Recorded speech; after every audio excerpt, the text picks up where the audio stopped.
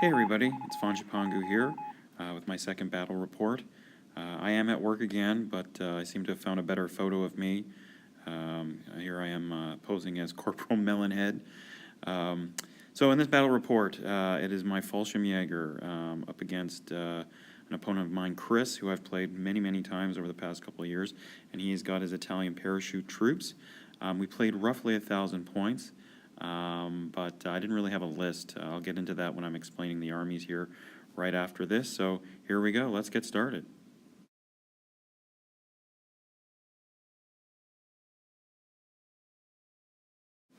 Okay, here's the army that I took as my Fallschirmjager force to fight Chris. I'll start in the back. I've got a regular truck with an MMG option. Next to that I have a regular Kugelwagen, and next to that a regular Kettenkraft rod, which is the tow for the, that's right, the 10.5 centimeter recoilless gun, which is also regular. Next to that we have a medium mortar, which is regular, and it doesn't have a spotter. In front of the truck we've got a Shrek team, and in front of the Shrek team we've got the artillery observer. They're both regular.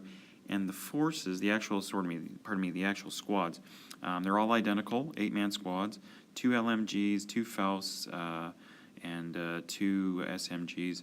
I've given 6 pistols to the non-SMG carrying guys to give them tough fighter, but they're all knocked down to regular. This is for the event that I'm going to, or the events I'm going to next month. So I wanted to get some practice in seeing how these guys would do as regular. And in the very front, we've got Klink and Schultz. I decided to make them the first lieutenant, and they're veteran.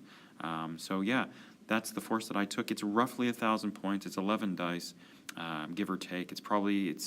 I'm going to say it's probably about 920 if you actually added it all up in that range. So let's take a look at my opponent Chris's army and see what he's brought to the table.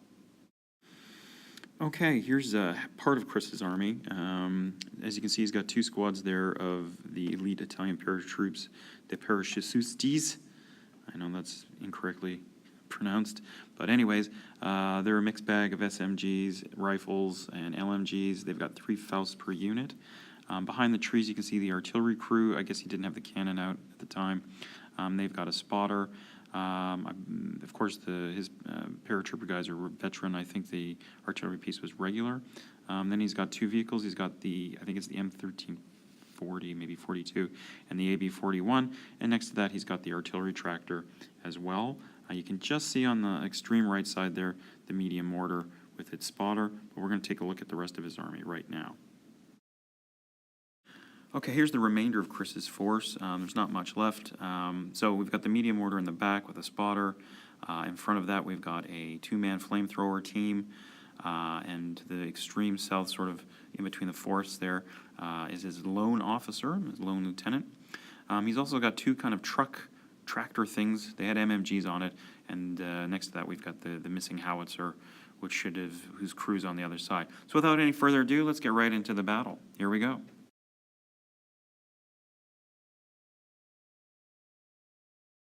Okay, that's the end of turn 1. We're playing Surrounded, and I have my Fallschirmjager here, and I'm playing against Chris's Parachutistes, Italians. So basically, I brought on a Kugelwagen, and my guys are here. I've got an artillery observer. There's Klink and Schultz. And I brought these guys in over here on the hedge. Chris's side, he's got a spotter over here with a pin from the bombardment. What is that? That's the M1340? M1542. M1542, okay. He's got his heavy artillery back there. What is that? The Sarahaniana?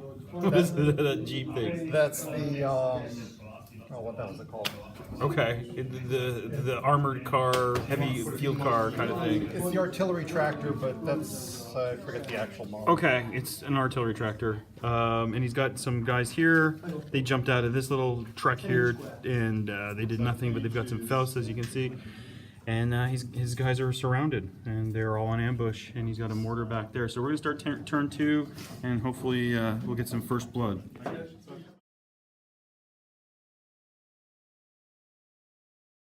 There we go, end of turn 2. So what has happened is I brought on my the Kettenkraft rod with the little cannon. My mortar is there. I brought on the truck without any guys. I fired into the house here. The house has been the main source of a lot of my firing. Let's get back to the truck. Truck fired. I've put a pin on the guys on the top floor. These guys over here have fired at the house, and they killed a guy on the top floor, and actually they took out the NCO. These guys, they didn't. They came on and they took an ambush shot from the armored car here, stopped them dead in their tracks, and Chris is making a big push on his right flank here. These guys, I don't know what I'm gonna do. But yeah, his artillery was zoned in. I moved these guys up, and they lost my first dice here. They drove up the Kubelwagen, they jumped out, and then they were killed immediately. So we're going to go on to turn 3. We got an artillery strike coming in, and we'll see what happens.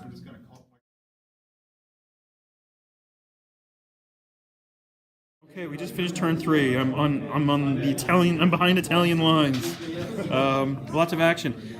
My artillery observer, they called in the fire on the house, and he blew it, and I rolled a 1, and it ended up exploding roughly here. I clipped the truck, I think it took a pin, and that's about it. The big events this game, though, what happened, this turn, is these guys fired at the truck and the officer inside, and they wiped them out by blowing up the truck and then killing the officer, who was inexperienced. I was very lucky.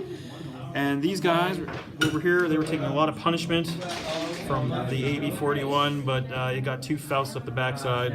And these guys over here are on the verge of being knocked out. They're down to 3 pins.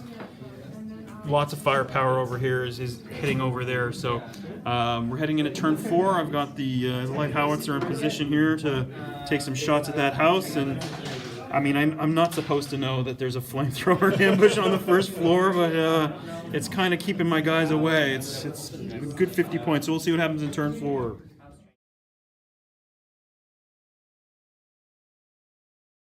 Okay, turn 4, and everything went completely pear-shaped. So let's talk about the things that didn't go pear-shaped. The mortar, they fired at the building. They were on a 4 next turn, but nothing there. The recoilless cannon, it went. I rolled a 2. I needed a 3 to hit the building. Nothing happened. And then a lucky smoke shot from his mortar on these guys. So that's kind of messed up my plans over here.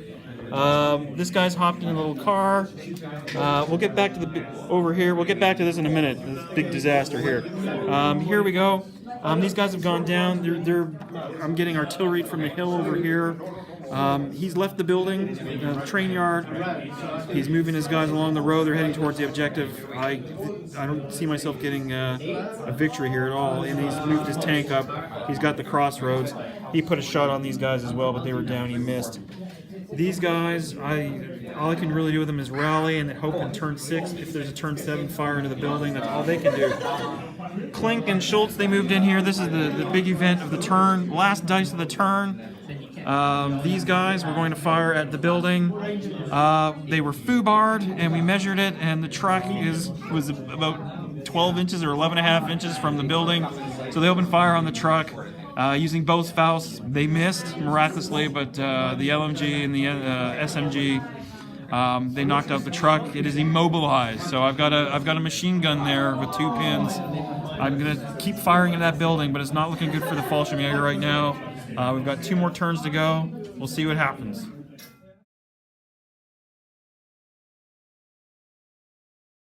Okay, end of turn 5. Nothing went my way. So these guys were in smoke, and then the mortar that shot the smoke shot a mortar shell at them and killed them all. And that was that for them. They're gone. My mortar, where is he? There he is. He fired at the building. I needed a 4. I rolled a 3. It's been the whole story of this guy's life, this game, for sure. The truck was blown up by Panzerfaust from the paratroopers that were in the building. These guys miraculously survived. Klink and Schultz are safe. These guys, there we go. These guys, they survived about 15 15 machine gun shots and an artillery round. No problems. They're heading towards the building. I rallied up these guys. Not that it matters much, but I might be able to get some shots off. And then my opponent here, Chris, he's moved his guys. They're behind the wall, and he's consolidating around the objective. So we've got one more turn left. I don't foresee it going anything changing really, but we're gonna just play for shits and giggles at this point. Dice-wise, we're tied at 3 apiece, so I don't know. Maybe I'll squeak another one out. I don't know. We'll see. But we'll see. Turn 6 coming up.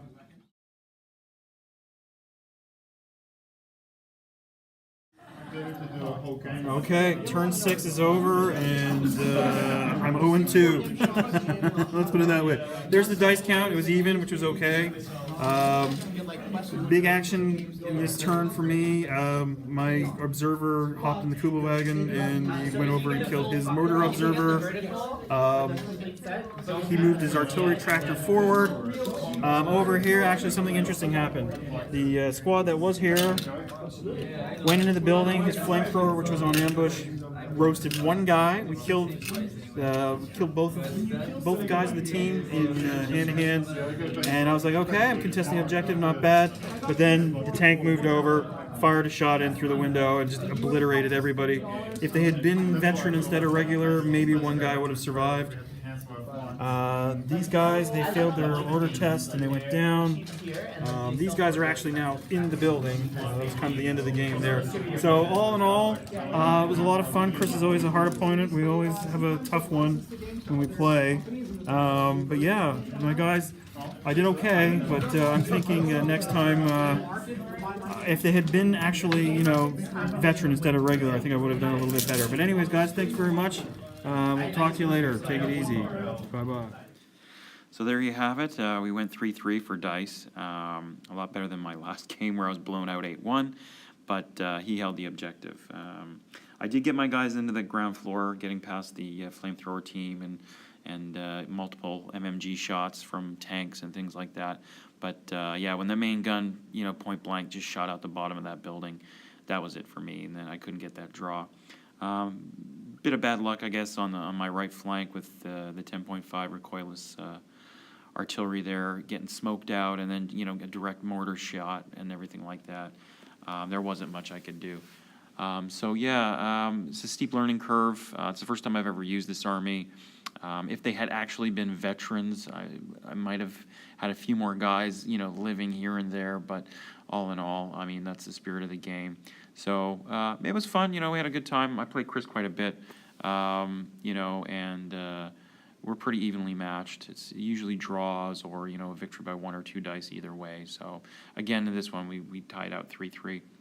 But we went over what I could have done differently, and I think that he had some good points about concentrating my forces and things like that. To be honest, when he started the game, I was like, I was a bit, he had his tank sort of like right there, and I was like, man, if I bring on my truck, it's just going to get smoked. But anyway, like I said, it's one for the books, and it's a steep learning curve. You'll probably be seeing a lot of this Fallschirmjager army until I get back from my events, so probably up until about just before Halloween, end of September probably. And then I promise you I'll switch. I'll do allies or something. I'll become Russian for a month or 2. But anyways, guys, you guys take it easy. Thanks for watching, and I hope you enjoyed it.